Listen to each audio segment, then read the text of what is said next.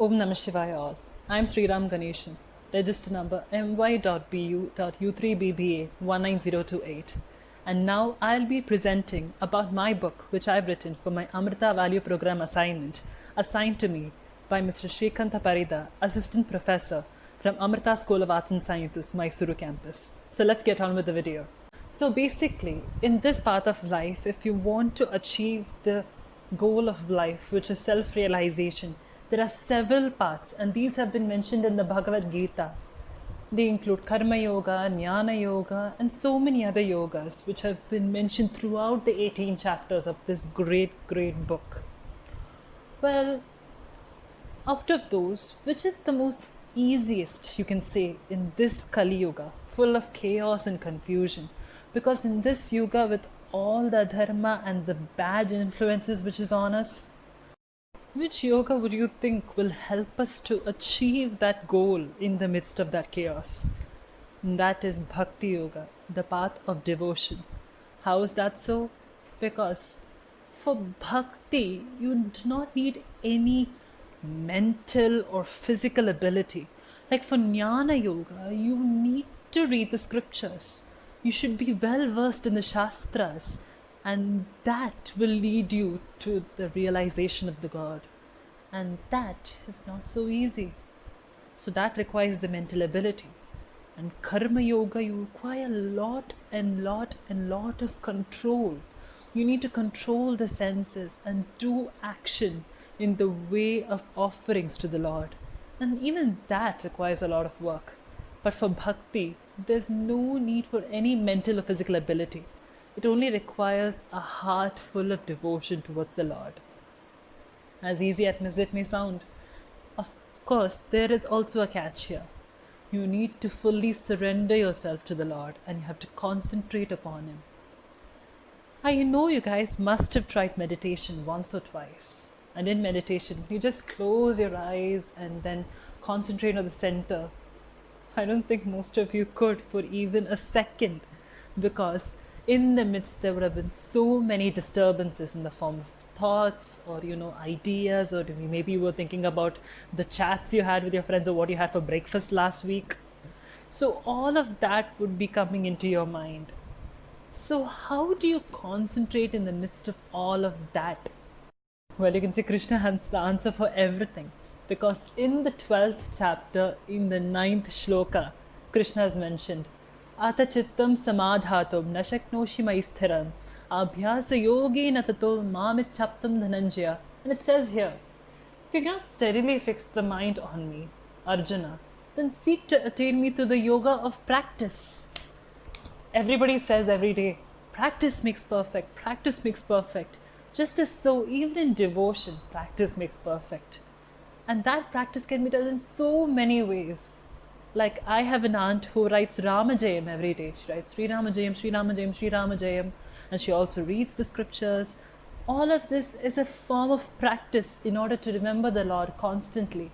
And some people have the habit of even when they get up or when they sit down, they say Om Amma, or maybe they say Narayana, or they say Rama. So all these are ways to concentrate on the Lord. And other than reading scriptures and writing the namas of the Lord, or even reciting the namas of the Lord, there are also people who actually use art as a form of bhakti. We have musicians, we have composers, we have poets, we have artists, and then we have dance too. People use this art with all their heart and use it as a form of bhakti. Like you've seen many musical artists, they compose pieces in praise of the Lord, or even the various kritis and kirtanas of music and the various items of dance as well. So even arts are a beautiful form of showing bhakti. But out of these, I would like to highlight this one art called dance. And that is what I'm going to talk about in my book. And that is dance as a form of bhakti. Why am I talking so highly of dance? Well, dancing basically, in my opinion, involves all of the arts. In dance, you have the enactment and the drama. The dancer is using her body to emote through gestures the mood of the character. or even to show the exploits of the gods and the demigods and the great kings, everything through the mode of enactment, through the body. And then you also have the music. You have instrumentalists playing their respective instruments, and you have the singer who is singing with full of bhakti, and also the lines which she or he is singing is actually the work of a great poet who has written it full of bhakti in praise of a particular lord. So all of these are fused together into one performance, and that's why I would like to highlight dance as a very, very effective form of bhakti. And that is what I'll be highlighting in my book. So in my book, I have 4 chapters. And in the initial chapter, I'll just be talking to you about how dance originated. That is, how there was once a drama in the land of the gods, and how Shiva loved the drama, but he just wanted something to be interspersed in it, and that was dance. And hence he got sage Tandu to choreograph few movements, and that has become the cosmic dance. And that has been revealed to Bharat Muni, and Bharat Muni wrote the Nati Shastra, and we got the Nati Shastra in the world, and that is the birth of Indian dance. So this I've interspersed because I just needed to give the readers a basic understanding of how dance originated. Then I go on to mention about the various forms of dances which are there in India.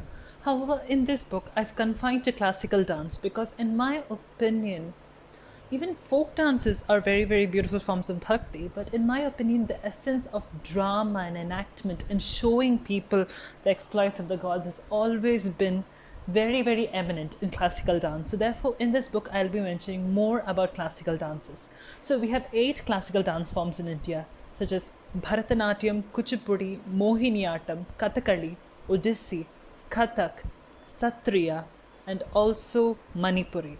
So therefore, these are the dance forms of India, the dances which come under the classical category. Then after that, I go on to mention about how dance is used as a very, very effective form of bhakti. As I said earlier in this video, anything done full of devotion is actually a form of bhakti. So dance also can be used effectively as a form of bhakti. And there are various practices in the past which have proven this. And some of those rituals include, one is the Devadasi system. That is, women were dedicated to the lords as dancers to be dancing in their praise for the rest of their lives. And they were forced to live a life of celibacy. And they were made to learn the scriptures and to learn about the Lord and dance for the Lord until their last breath. However, this was condemned by so many people because they were not allowed to dance for the general public, and also of the fact that they were also not allowed to marry. They were supposed to live a life of celibacy. And that has been condemned by so many people, and it has also been outlawed in 1988 for that reason. However, this system is a great indicator that dance is indeed a beautiful form of bhakti, and Devadasi system is actually a very, very good form of bhakti, or a very, very beautiful ritual. However, just this part that they were supposed to live a life of celibacy, because of that it has been outlawed. However, every dancer can be a Devadasi. It's not necessary that that system must be there. Every dancer can dance in praise of the Lord with all their heart, full of devotion, and that itself makes them a Devadasi. Everybody can become a servant of the Lord. It's not that they're supposed to live a celibate life. You're just supposed to have that heart, and that is enough. After mentioning about the Devadasi system and also various other systems like the Gotipur system of Odissi, I then move on to talk about the items which are there in the various dance forms. For example, in Bharatanatyam, we have various items like Kirtanams, and then we have Padams and Varnams and Kautuvams, which were all in praise of a particular lord, and they were effective forms of showing bhakti. Now let's look at the dances of a few people so that we can see how effectively that dance is a beautiful form of bhakti, and we can see the aesthetic feeling that they have brought about through the dances. Let's go ahead and watch.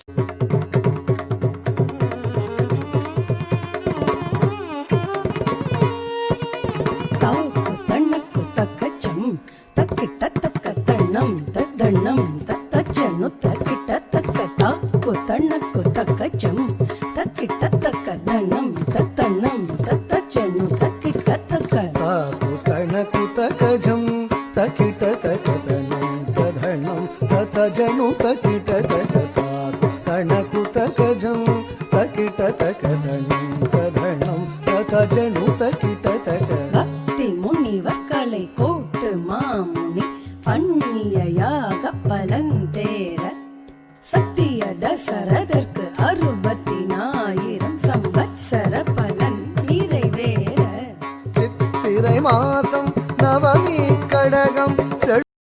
That was Harini Jivita, disciple of Srimati Srila Unnikrishnan, doing the Ramavatara Kautvam set to Ramapriya Ragam and Adi Talam. We have seen the bhakti shown towards Rama through the beautiful rendition. And now let's look at Srikeluchira Mahapatra, a performer of Odissi and the one who revived the Odissi dance form.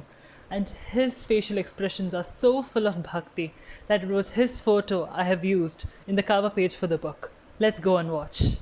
That was Harini Jivita, disciple of Srimati Srila Unnikrishnan, doing the Ramavatara Kautvam set to Ramapriya Ragam and Adi Talam.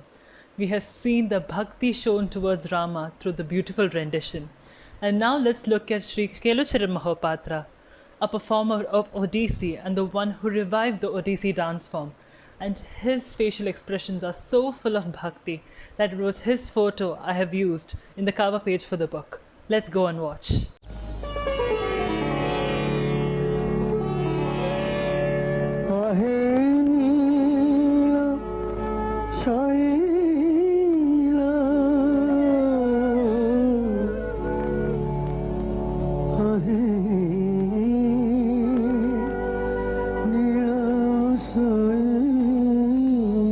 Srikeluchira Mahapatra performs to a lyric by poet Salbeg in Rag Jadukula Kamboj, set in Adital. He describes the beauty of Lord Jagannath and praises him for helping in protecting the devotee, King Elephant, from the clutches of the crocodile.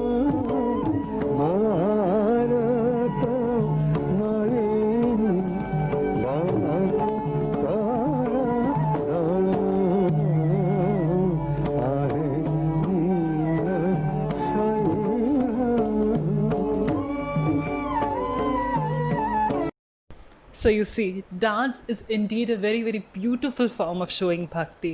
In order to show your bhakti, you not do rituals like, have a fire and do offerings. That is also one part of doing rituals. But anything done with the heart can be a form of bhakti. You just need to have the heart to think about the Lord and keep Him in your heart while doing anything you do. And that itself becomes a ritual, a devotion. And so, this is what I wanted to cover in my book. How dance is indeed a very beautiful form of bhakti. So please keep waiting for my book, and thank you so much for watching this video, and I thank my teacher for giving me this opportunity to make this video assignment. Thank you, and Om Namah Shivaya.